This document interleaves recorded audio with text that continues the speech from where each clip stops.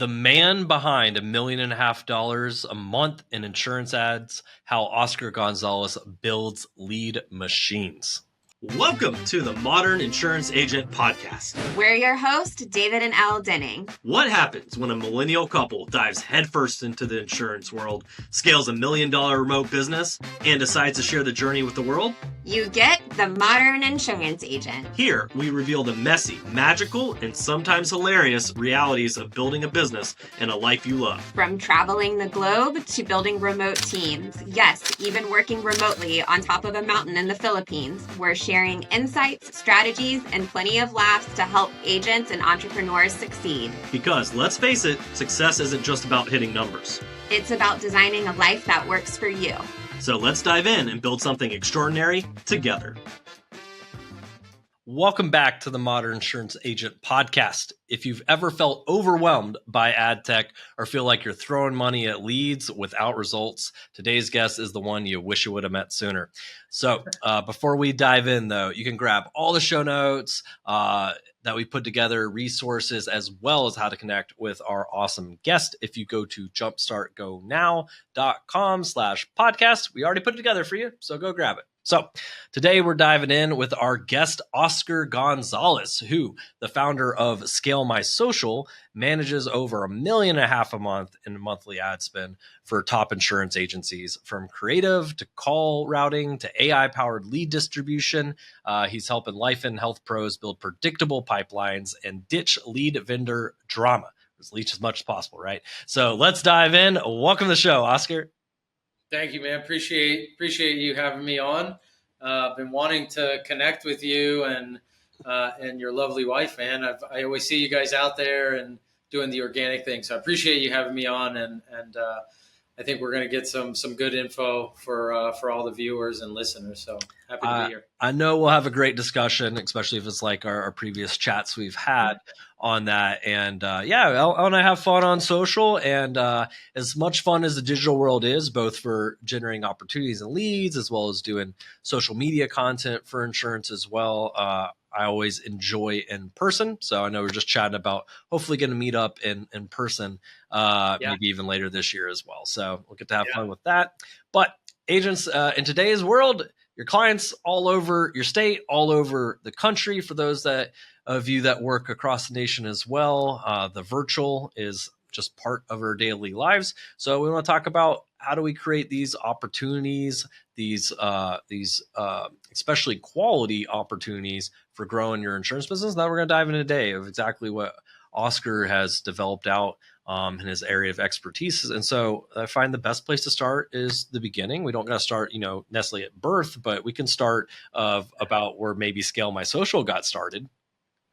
Yeah, absolutely. So I started in the business back in 2020, sometime around late 2020, after exiting a prior business that I'd been in for about 8 years.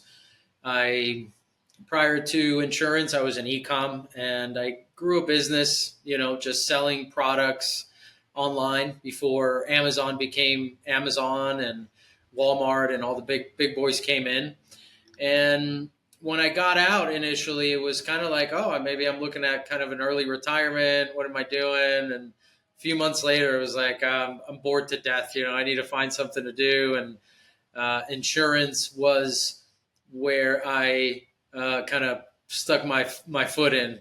And I got in. I have a lot of buddies that have been in the industry actually for years in South Florida, which is where I'm originally from. And they run all pretty large operations, call centers in health space. And so when I reached out, and they had been, for a few years saying like, man, why don't you come over? There's a huge opportunity in this.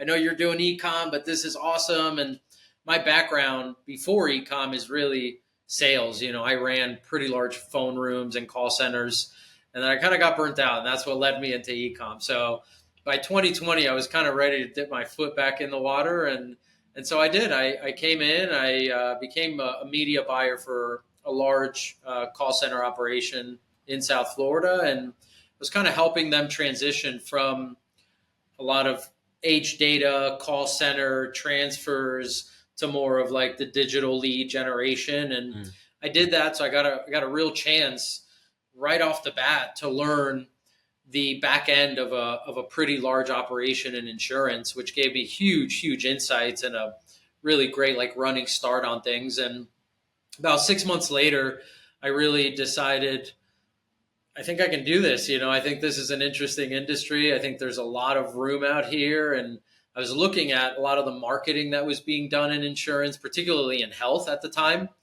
And I just saw an opportunity, and I said, well, I'm going to do this. I'm going to jump into this. And I did. I went and got licensed. I started writing business on my own. And right off the bat, I was writing, I was running my own ads because I came from ecom and that's all I had been doing for 8 years, And so I came in, I started running my own stuff, and pretty quickly, I had my hurdles in the beginning and trying to figure out product knowledge and where to place people and all that. But really, once I got through those first couple of months, I started producing. I'm pretty good on the phones. I've always, like I said, I've always been on the phones. And so sales is, something that at this point kind of comes natural. So I did that, I moved pretty quickly. And an idea that I had was, hey, I'm going to go into ACA. I want to build a book of business. And I started doing that. And in doing so, as I started thinking about growth and scaling where I was at, I realized that ACA requires quite a bit of capital, right, to build a really large operation or a large team. And so I started looking for solutions or other products that could help me cash flow as I continued building the ACA model. And I found life insurance. I found Final Expense through good buddy David DeFord. Big shout out to him out there, and contracted under him and started writing Final Expense. And what I noticed is that at the time I was running ads on Facebook, but one day I will never forget this. Right, one day my mother-in-law, we were having dinner at her house, and one day she made this, what I can't remember what she made, but whatever she made, we were eating and it was like, oh man, this is delicious. Where'd you get this recipe? She had never made it, right? And she looked at all of us and she goes, you guys are going to laugh. It was on TikTok. And we were all just like, what? What are you doing on TikTok? And she's, in her 60s. And the day after I thought about that, I was like, man, if she was on TikTok, how many other people are on there and what's the opportunity like on there? And I actually had not spent a lot of time on the platform at the time. And I started going in, I started like researching, doing some work on there. And I was like, man, I'm going to run some tests. I'm going to run some video ads, which at the time really weren't running, and particularly in like Final Expense, everything was image-based creatives. So I went into TikTok, I ran a video, and long and behold, this thing just went like viral, it moved. Leads were coming in at a great price. And it was like, wow, look at this. There was very little competition. And I quickly started writing 30, 40,000 a month, within a month or two. And from there, it just kind of like snowballed, because from there and talking to David a lot, I started getting like emails. And I've always been, which is something that I really, really like about what you guys do and the organic side of things, right? And so like it was very important to me when I became an agent that I have an organic presence and that I build a presence on social media. And so I was posting constantly, and most of it was really consumer driven, right? Educational content towards my audience about Final Expense and all those things. But I also started posting in those accounts and in my own personal Facebook the success that I was having in running ads on TikTok. And, within a few weeks, I started getting agents like reaching out like, hey, what are you doing? How are you doing this? Can you help me do it? And David, again, we go back to that. David one day said, hey, man, this is super interesting. Would you like to be on my YouTube channel? And I said, yeah, absolutely. I'd never been on one before. And I got on it. And the response was huge. A bunch of agents kept emailing him. And it was one of those things that was like an aha moment and an opportunity, right? Because coming into insurance, my goal was always like, all right, I'm going to build a team. I'm going to follow the structure and follow the model. And that was my idea. I think something that over the years I've been able to get better at is identifying opportunity, right? And knowing that, you might be doing something today, but you never know what comes next and what might be in front of you, and identifying those things. And that's kind of what happened. It was just like, man, this is something, right? I continue to get people asking me for this. I'm good at doing it. And the end of that year, which is now 3 years, it was the 19th December that we launched Scale My Social as a done for you offer.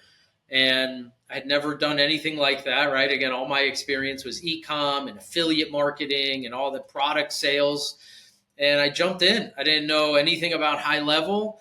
I didn't know a whole lot about other than the ads I had ran, but I knew that I had something, and so I went for it. And here we are. 3 years later, I've had the opportunity to work with, gosh, man, 1,000+ agents at this point, some pretty large operations, and have helped them kind of build these lead generation systems. And there's been ups, there's been downs, just like in any other business, but it's been incredible to build and to get to where we are. And so, yeah, that's kind of the story. And here we are today.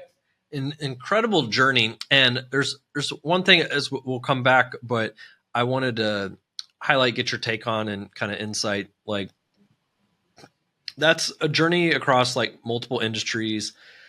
And then the journey within the insurance industry and adapting. We talked about this prior to starting the podcast about things always shifting and changing. And I think that's something I wanted to talk about for a second, because I feel like a lot of agents getting this industry almost like one, whether or not they realize it, almost creating a job for themselves, and like, and this, and like, cool, I show up, I read a script, I sell something, or at least that's what I was told is how this works, right? And it doesn't seem to be always a lot of focus, at least just generally across the industry, as far as skill development and developing like skills, like frameworks that continuously be applied even as things change. And I think your journey is a perfect example of you learning, leveling up, using skill sets, but those skill sets adapting across industries and across like just changes over time and technologies.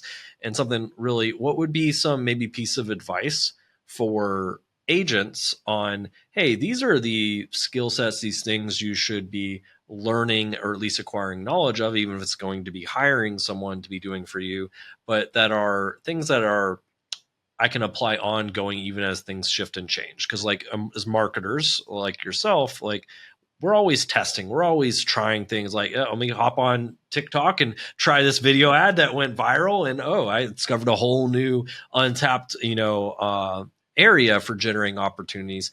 And so, yeah, I mean, what would you say for agents like, I should be leveling up in some sort of skill sets I can keep applying? Yeah, I think two things, right? The number one thing, right? As soon as you said skill set, it was like it just popped out, because this is something that's so important. And I think new agents, particularly that come into this business, they sometimes focus on it, sometimes they don't. But number one, your skill set as a salesperson, right?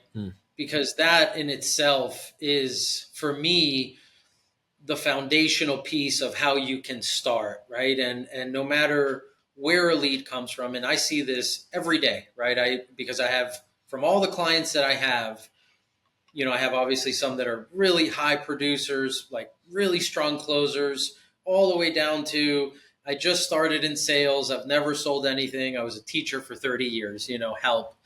And what I see across all that is the people that focus on leveling up their sales skills are, in most cases, the ones that not only make it, but then can implement the second thing, which is process, right? Learning how to create processes in your business that allow you to scale, allow you to bring, like you said, bring on somebody else, hire someone else to do these other tasks.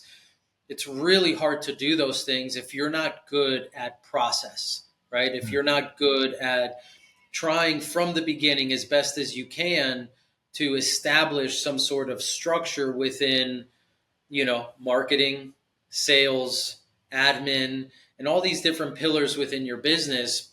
I think the sooner that people can really hone in on those two. Number one, sales, because if the better salesperson you become, the easier this is, right? The easier not just building a book, but building a business becomes.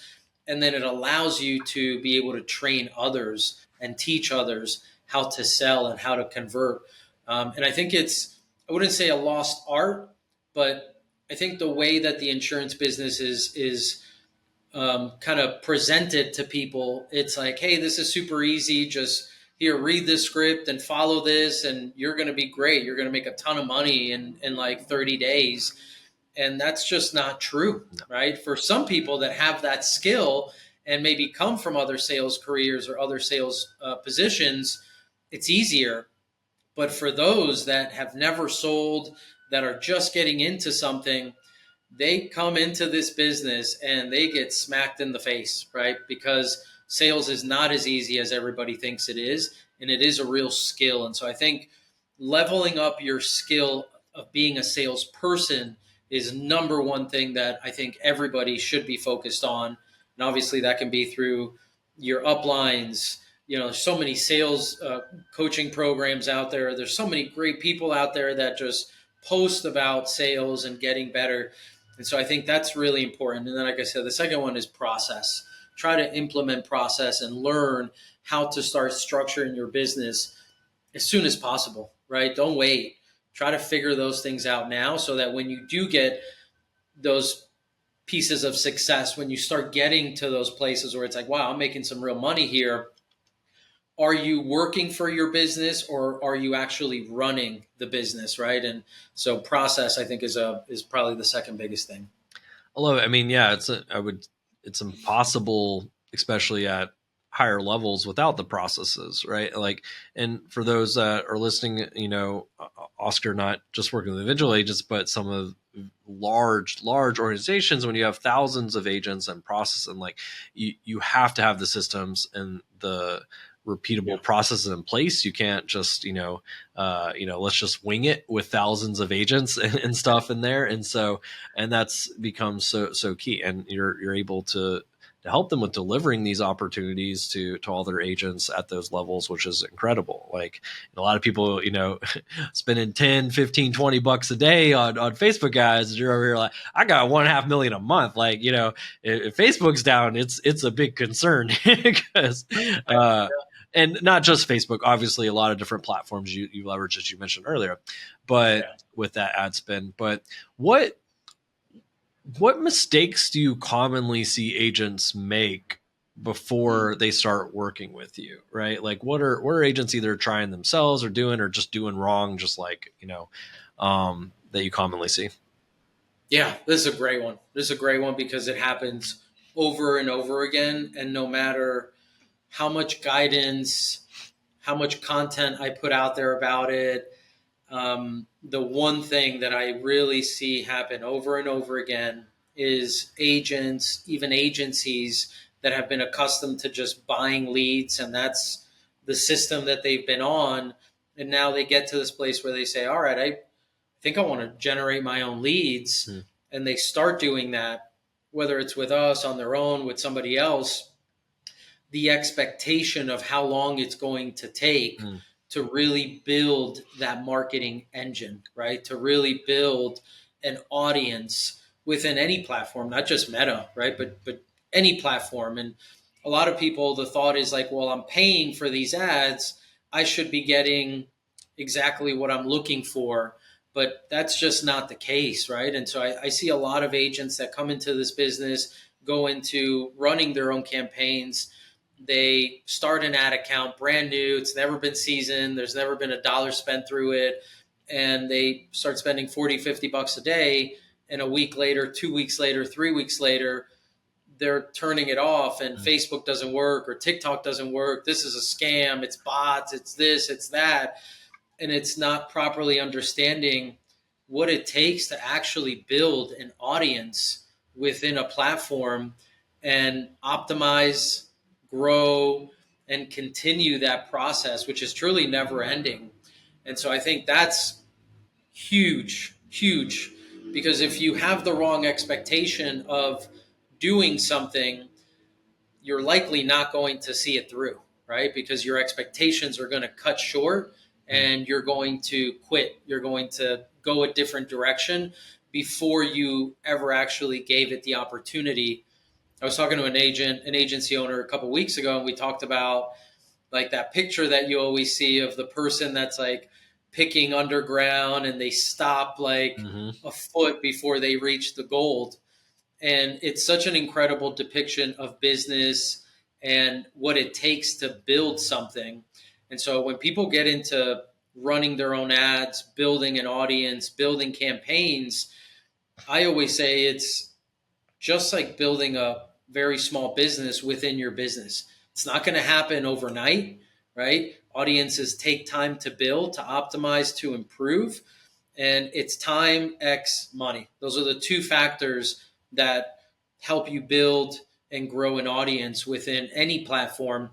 And I think most agents and agency owners fail to see that, right? And their expectation leads them to not see it through, and they miss a massive, massive opportunity to control their own marketing, to do the things that we see out there that the successful people are doing when they're running their own campaigns, and the ones that know what's actually possible once you get through that initial stage, let's call it.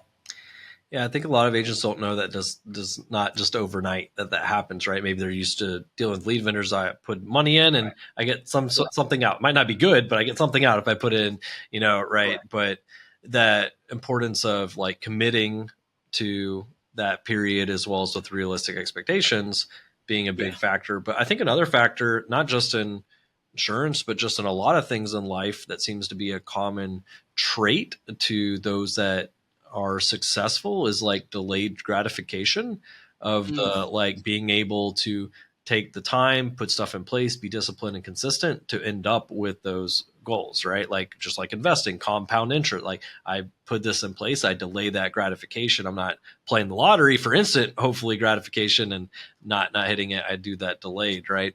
And I think it's the same thing. Like you delaying and you go through the learning phases and build the audience, the processes and everything. But you end up with this whole engine that runs and, is what people want, but just can I take the time, effort and wait for that to happen. Right. So, and with that said though, like, leaning into the experts around that as well, like what does your team handle for an agency start to finish as part of that process when you're working with someone?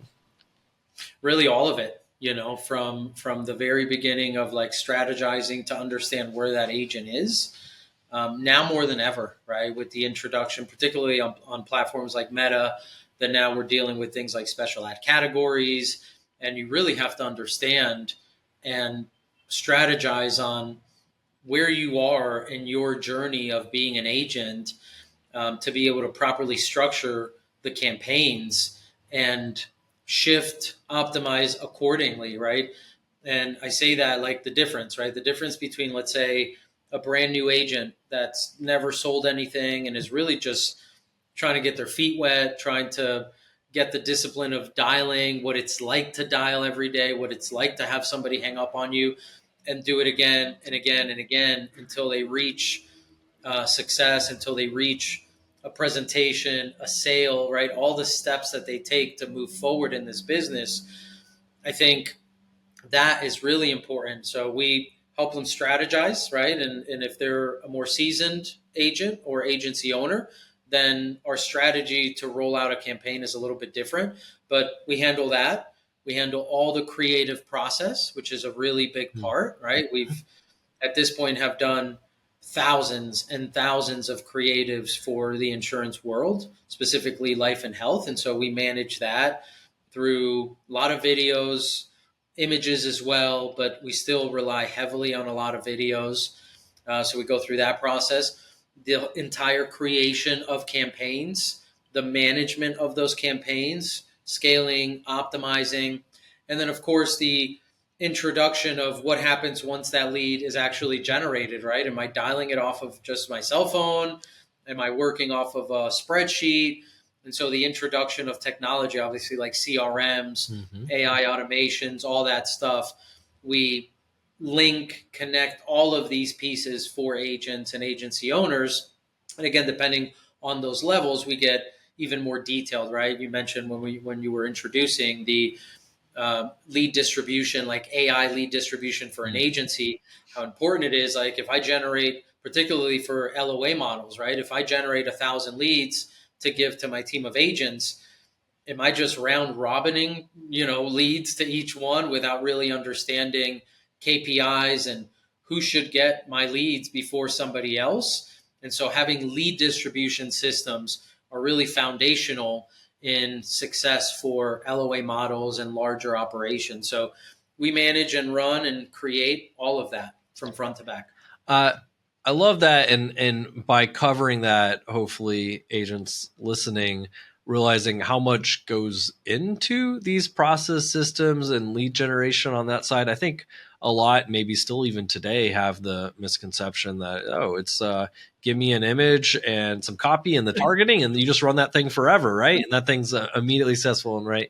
And those are probably the same people still running the casket state regulated benefits ad, right? It's like, I can run this thing for 40 years and it'll still generate, right? And and that's the thing, right? I think that people realizing, oh, there's so much that goes in these processes. It's not an instant throw up an ad, stuff just rolls in, and there's all this expertise plus testing that goes into it, right? Like I think as marketers, not like I have good belief that this will work based on my expertise and history, but I'm still going to test all these things, right? You talk thousands of creatives, and that's all that testing, optimizing, right?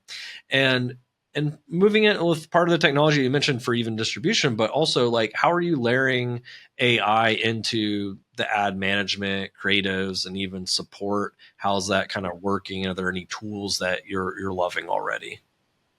Yeah, and there's so many, there's so many out there. And I follow a creator that does a lot of work with e-com stores, specifically in Meta, and she's fantastic. But she was talking about the other day, and she posted this, and she was like, "How many more AI creative generators do we need out here?" Right? She was like, "None of them work, but there's a million of them." And so I think that's the thing with anything, a new technology. You get bombarded with so many different options, applications, systems. And right now we're in that. We're in that world and in that phase of AI, right? It's changing the world, and it will change the world in so many ways. But we're in this very early phase where people are clinging to the easy things to make, right? And so like image creation, all the simple stuff that you see. But in the last like 6 months, 8 months, you're starting to really see some very intentional technology around AI. For us, like ad management is a very important component, right? How can I improve ad management for our clients? How can I lean into that? And so we've been working with some really cool apps out there now that manage the ads 24/7, and it doesn't mean that there isn't a human or a person actually also doing it. But where before, I have an ad manager checking things for 8 hours a day and then they have to go sleep. Now we have an AI system that's checking these things 24 hours a day and making adjustments, turning ads on, turning ads off. Something really cool that we're almost done with is our AI management system will now, of course, it can identify based on metrics a non-performing creative. And when it does, it can turn that creative off. But even better, it can actually place an order through a workflow that will have 3 or 4 other applications trigger to make a new creative to replace the one that was just turned off.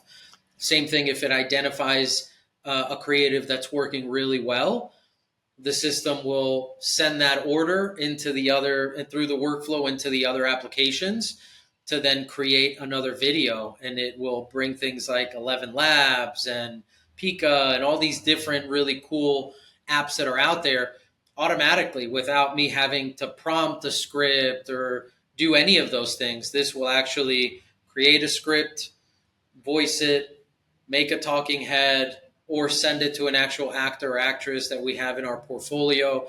And so that is revolutionary stuff, right? Where before, again, a person has to Yeah. script the video, do all these things. We could have a creative made within minutes automatically. And so that's a huge advancement for marketing and the creative process. So I'm super excited about stuff like that. And there's other things too, but that's probably the biggest thing for me right now that's incredible is that working on that. Yeah, lets you do the work of like a 10x the team size, and doing it hands off with having that AI put that in place. I just think about the amount of A/B testing that you can leverage on that would just be the slow ongoing process, and before this existed, right? So that's really cool. I didn't even know all those things you would put in place there. So that's really incredible. So I guess when you see an impact AI is having already on campaigns performance, speed, and just your process off this, I mean, it's already significant. And moving into maybe some other areas of AI, I'm interested in hearing either experiences or where you think it's going as far as like AI voice in regards to telesales. Like, how do you see that playing in? Is that going to have an effect? Are you already playing with it or see that at all? And what does that shift look like at all? Oh yeah. We're in the sandbox, we're in the sandbox on AI voice for sure. It's an incredible technology. Obviously, you see a lot of the inbound stuff is out there and is really working well. The outbound is a bit trickier, right? Compliance wise, I think is for me probably one of the bigger hurdles is compliance. It's still pretty unclear. I think you're still kind of navigating some kind of gray waters out there with it. So I don't think it's quite there. Of course, you do see a handful of these AI outbound dialers that have been created and are out there. And it's interesting. Like I started seeing those. Like if you go back on my timeline, you'll see me testing an AI voice outbound dialer. I want to say early last year, and now fast forward today. Like 11 Labs, which is an AI program that does voices. It is incredible to see the advancement and how good these voices are getting. It's unbelievable, and so I still think that there's pieces that need to be connected properly to roll out at scale. There's places again that have it and are using it internally and testing it, and we're doing that, right? We're in the process of building our own internal AI voice component. But again, it's a slow process for me because it's something that has to be navigated properly, particularly again with compliance. But I will say this, as I look ahead 2 years, 3 years, 5 years, I don't see how it doesn't play a major part in outbound dialing. Again, we have to get to those things, but you always have to see ahead, right? Like it might not be right now. It might not be in the next 30 days, 60 days, but AI outbound is coming. Some variation of it will play a massive role in outbounding and getting people on the phones. And we were just talking a little bit about this, like contact rates and what are people doing to better their contact rates with all the things that are coming down the pipe with these carriers really limiting and not putting calls through users and stuff like that. And so I think AI voice outbound will be a huge piece. So that's I love it, right? I'm a huge proponent of it. I think in many ways, again, the compliance is a really tough thing to navigate, but in many ways it's going to help compliance, right? Because right now, like massive call centers are still using overseas operations that, although you can have, QC and staff that are running QC at those locations, it's still in another country somewhere where it's really hard to get to. And so being able to actually control, outbound dialing through AI, I think that's going to help the industry eventually. Again, you have to navigate through all the compliance, but I think eventually it'll play a really big part. Yeah, it'll be interesting to see like having better and more consistent data if it's the same thing. So like if you could almost take like your best setter, do the AI voice, do the training, have it do that outbound, and we'll see what changes in contact rates and deliverability we kind of were talking about before this podcast too, a little bit looks like. But if this able to connect, ask initial questions, and then live transfer that over to, let me get you with our agent David, who's a specialist on this and is transferred over. I mean, that is super interesting to think about on that, right? And we'll see once again how long it'll take and practicality on some of that. But I mean, that's the thing. If I can sit like as an agent, it's nice to think about. If I could sit there and like things just get live transfer over, all the information's already collected. I'm now just like walking them through the solution and signing them up for the policy because and then also like at what levels can my AI discuss, collect anything around insurance, right? It's not a human, so and just like I could use an email or text or other things to grab info as long as I'm doing it compliantly. Like, how much can I leverage this AI to start collecting and starting this whole insurance process? Like, it will be interesting to see traditionally not the most up to date on technology trends with carriers and app processes of like and compliance, how that's going to be able to shift to keep up with a rapidly developing tech curve on that space. Yeah. So it'll be. I'm excited for it. I'm here for it. And anything that pushes carriers and processes and apps into the 21st century on stuff. I still remember we were talking about our bud Jeff Root earlier, and like, people thinking telesales was never going to exist, never be around. E-apps were possible. Persistency wasn't going to be there. And that's what I think a lot of industry prior to COVID all thought. And meanwhile, Jeff and North Star and some of these other ones been like, we've been doing this forever. Like, this is not. Yeah. And so I think it'll be interesting to see now. Now we're not just talking about calling on the phone, which seems basic nowadays. Now we're talking what a whole entire process and talking virtually and collecting looks like. So I don't know.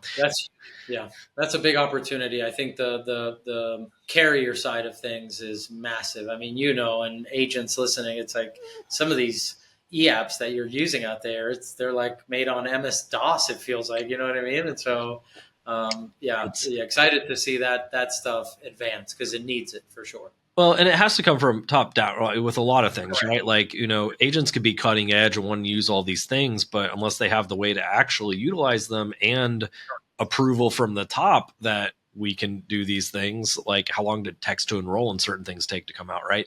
And, that's where it's got to come from that top. So hopefully the eyes are open, and even if it's just from a money perspective or better tracking and compliance perspective, because it's all stuff I can actually track and see that path of the journey of a lead through to better risk management. If AI is doing the underwriting and able to pull from more data points and more better underwrite, that means better premiums, better risk management for the carriers. I mean, it seems like a win all around if they can implement. So, but for sure, as much as we're talking about the tech and AI, where do you see the human touch still playing a vital role in integrating into that process? I think more than ever, right? I don't think that's going to get lost. I think if anything, that's where the opportunity is. I think when we talk about maybe not so much like lead generation, but when you talk about, or at least paid advertising, but when you talk about branding, building a presence, organic, I think that is a huge piece, right? When we've, if this is about marketing and that's what we're talking about, I think that's the opportunity long term, right? For agents that are out there, like, leveraging paid ads is great, right? It gets us to profit. It gets us to cash flow. It gets us to build our businesses. But I think the ones that are using both strategies, right? Paid ads and building a presence, having that human touch, putting yourself out there and building your brand, building your presence. I think that's really, because we'll get to a point where, and we hear this all the time, right? It's almost cliche. Like, we'll get to a place where you won't know what's real and what's not, but that's coming. You know what I mean? Like, there's going to be some real laws around disclosing what's real and what's not, because this is going to get so scary good at replicating a human looking, speaking, acting. And so the human element, I think, as we go further down this line, and the human touch, I think, is huge. I think that's where the opportunity really is. And so that's something that, although we do paid ads and that's really our side of things, every conversation that I have with agents at some point talks about, are you building your own presence? Like, are you doing organic? Because if you're not, maybe it's not something you do right off the bat because you just started and you got to figure out how to sell a policy and product knowledge and all these things. But that should be something in the back of your head that at some point, if you plan on being in this business for the long term and having longevity, I think having the human touch and putting yourself out there will be extremely valuable to most brands and businesses in the coming years. And I don't think it's just even the like psychology and the humans want to connect with humans. I think it's financial as well. Because at the end of the day, what is going to be best profitability wise and financially for businesses. And if you look at like a brand and building that brand isn't just organic. I mean, ads play a part of that too. And I think an example, even outside of insurance, that we can look at is like take Tony Robbins, for example. He has a very super strong personal brand that he's built over these years and a whole empire, but ads are a part of that, and processes and web, and he has team, and you don't just call the company and you're talking to Tony, right? Like, but he's doing in person. And so everything perpetuates the brand, and the stronger the brand, and the more organic I get without the paid ads, so it's more profit, and then I can put more into paid ads, and everything feeds into each other. So I think a lot of agents or a lot of people view things as one or the other versus realizing like a lot of these things go together, and even end up even more successful by putting those things together, right? Like if I already have some level of trust or knowledge of the person, even if I saw it through an ad that I came to them, I'm going to convert at a higher rate. I'm going to be an easier sale. I'm going to be someone that probably sends more referrals. So I think, For sure. I think that's part of the point, like these things all together. And you said before that building an online presence isn't as hard as people think. Like, what do you think holds most agents back from doing that? I think they're nervous. I think I was, before and again, in e-com, I was never in a video or in a commercial or in a product shoot, right? Like it was never me. And so when I came into this business and I started looking at what was out there, what other people were doing that were putting themselves out there, that was my biggest fear, right? Like just putting myself out there, just what are people going to say? What are, how am I going to look? Do I look like an idiot? Do I look good? How does it work? And so that was my biggest struggle internally, and personally. And then you realize that you start doing it, and one video becomes 3, and 3 become 10, and 10 become 100. And then it's just like putting on your pants. You know what I mean? Like now I can just take my phone and just flick it on, and I'm speaking into this camera, and it's different now, And so but I do think that that's a really big hurdle for a lot of people out there, is just putting themselves out there, and the fear that they have of what others will think, how they'll be viewed. And the truth is, it doesn't matter, right? It doesn't matter. And of course, we all have self-esteems, and some bigger than others and some lower than others. But if I could say anything, it's, I'm not someone that's super, super confident. I've never been. And it was really hard for me to put myself out there. And, I remember like doing a 30-second video 300 times, you know what I mean? Because I thought it needed to be perfect, and, putting on 5 different outfits and changing and like finding this perfect thing. And then I realized that the videos that I didn't prepare so much for, and that I just kind of did, were oftentimes the ones that performed better, And so even though it's scary, even though it's a challenge, I think everybody should take a step into it. Primarily, again, if you want to have longevity and want to build a brand, I think that's just part of it. But for me, that was the biggest like fear or hurdle, And now it's different. My hurdles now are like, I go through and, I talk to other creators that it's kind of the same thing. Like there's times where I'll go very heavy on content. And then there's times in the year where I'm like, man, I don't want to make another piece of content, and luckily now I have a team a little bit. And so I have content that runs and I don't have to make content every single day.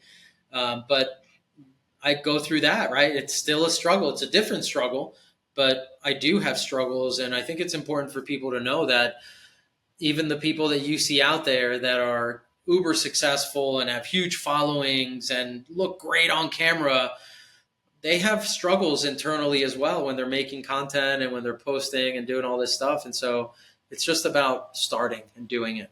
Absolutely. And coming from someone that looks like an idiot a lot of time on content, sometimes purposely, right? It's fine. In fact, it's endearing. Like people like that personal. They like that relatability. They don't connect with perfection. They connect with imperfect, right? That's also, I think, to your point, as what's real, what's not in AI, like AI and a lot of these strive to perfection, but we connect more without that. So that's once again where that human aspect comes into play. But it's interesting talking about which is true very much, that fear behind is a key thing behind agents taking that step. But it's interesting in comparison that at that same thing, I picking up that phone to talk to a prospect, sitting down in person with a prospect, right? Running a Zoom call with one. In reality, it should be the same fear, right? But agents are like, oh, well, I'm willing to call that lead,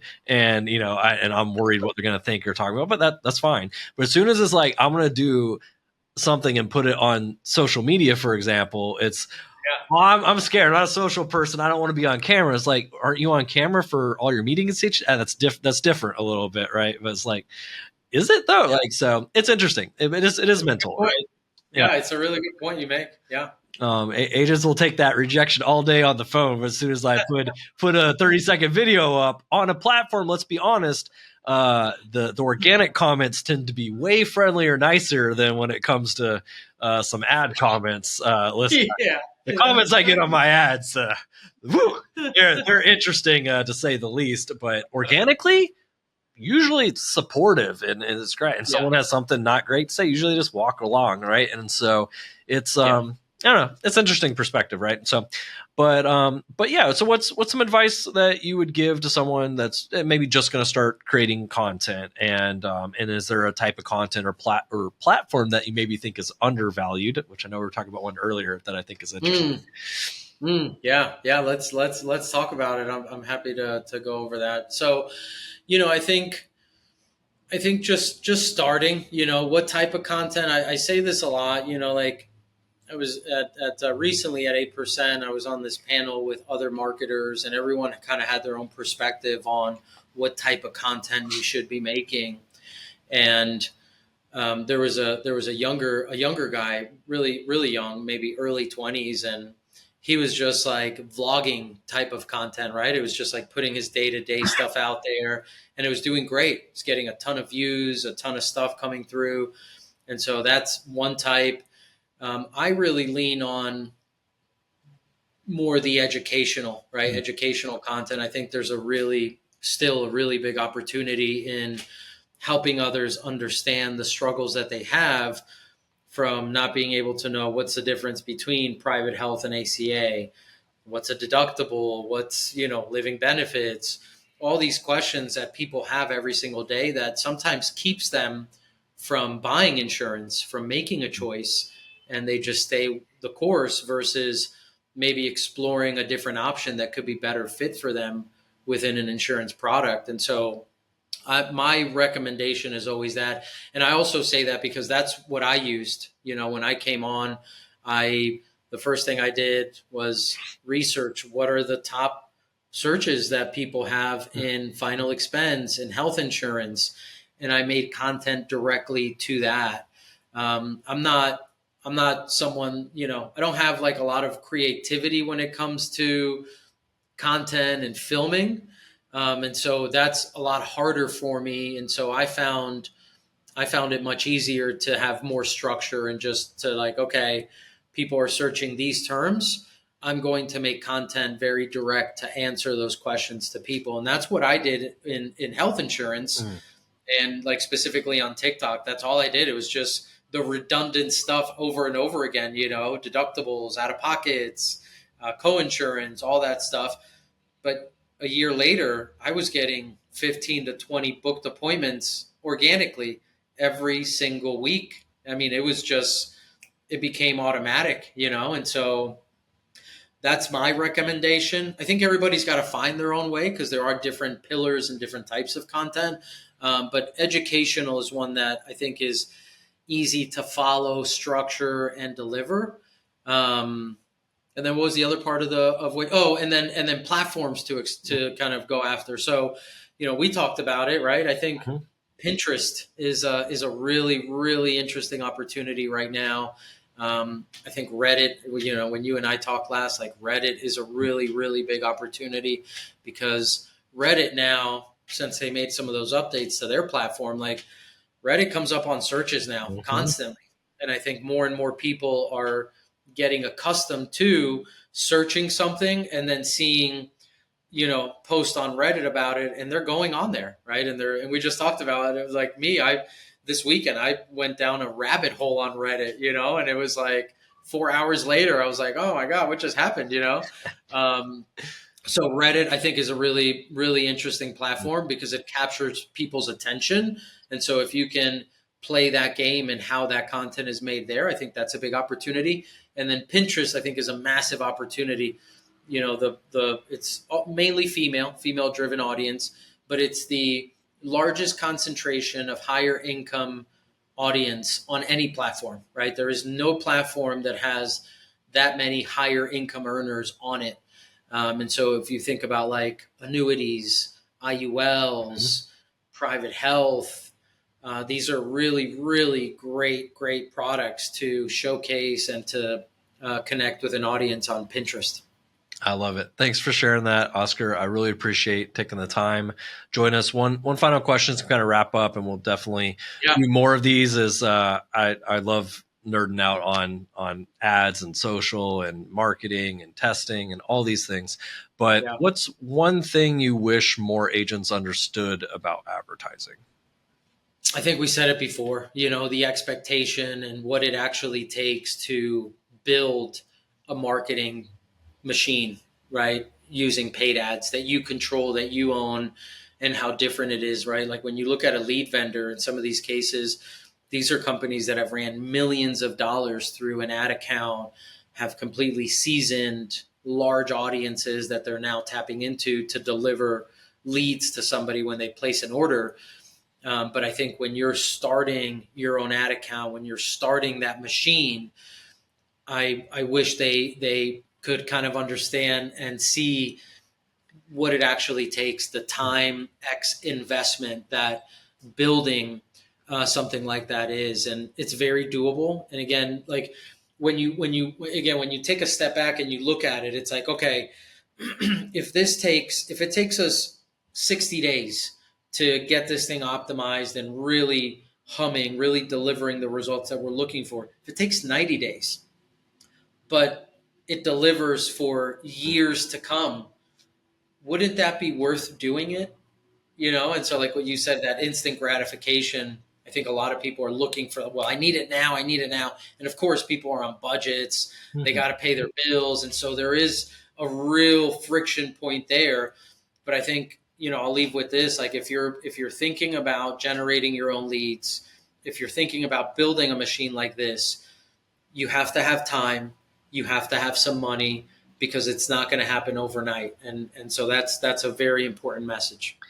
And to add on to that, I think a highlight, you mentioned it, but I want to expand a little bit on that. The value too of controlling your own lead generation, your own opportunity generation. I hate to even just say leads because we all think, I bought something from a vendor that's 1,000 years old, just sold 1 million times. Like not, but controlling your own isn't just like, oh, well, that means maybe I can get them a little cheaper, this means you're controlling like I can control the quality level of like, I want this to go through more questions or more indoctrination or more qualification. I can control that, what they know before they come to me. So I've educated them a bit, or they're just really familiar already knowing who I am. They're like, Oscar, I'm so excited to meet with you, Oscar. Like versus who's calling me? I've never heard of you. I don't know who you are. You can control like time of year as I shift more towards AP and open enrollment for that time and capitalize off that as I shift to something trendy happened, that's going down with, the big beautiful bill, or Taylor Swift and Travis Kelce get engaged. It's like, cool, let me do some ads around. Like I can totally control all these things, which you can never get through a vendor. Vendors, they're just just repeat the same type of lead over and over. So I get to control who's on the other end that I'm attracting and adjust to get them versus just a name and a number maybe from a lead. So guys, take that into account. Like this is what you can build and put in place or have someone develop out for you, or for your whole organization, like Oscar, to where at the end of the day, those who control the lead machines and generation, they control everything. Because I mean, this is what all the agencies and IMOs and companies think about. How can I bring in this business consistently and constantly and for all my distribution? And so, just want to, once again, just how powerful it is taking control of your marketing, right? So I really, really appreciate you taking the time, Oscar. Look forward to much more conversations. For those that, hey, I want to talk with Oscar, I want to connect with them, I'd love to learn some more. I'd love to see what that kind of looks like. Where can they go? Yeah. So if you're interested in any of this stuff, generating your own leads, www.scalemysocial.io/booking. You can book a call, talk to one of us, and ask as many questions, and we'll help guide you. Lead generation isn't for everybody, depending on where you are, but we're pretty good at this point in determining and helping you see what might be a best option for you.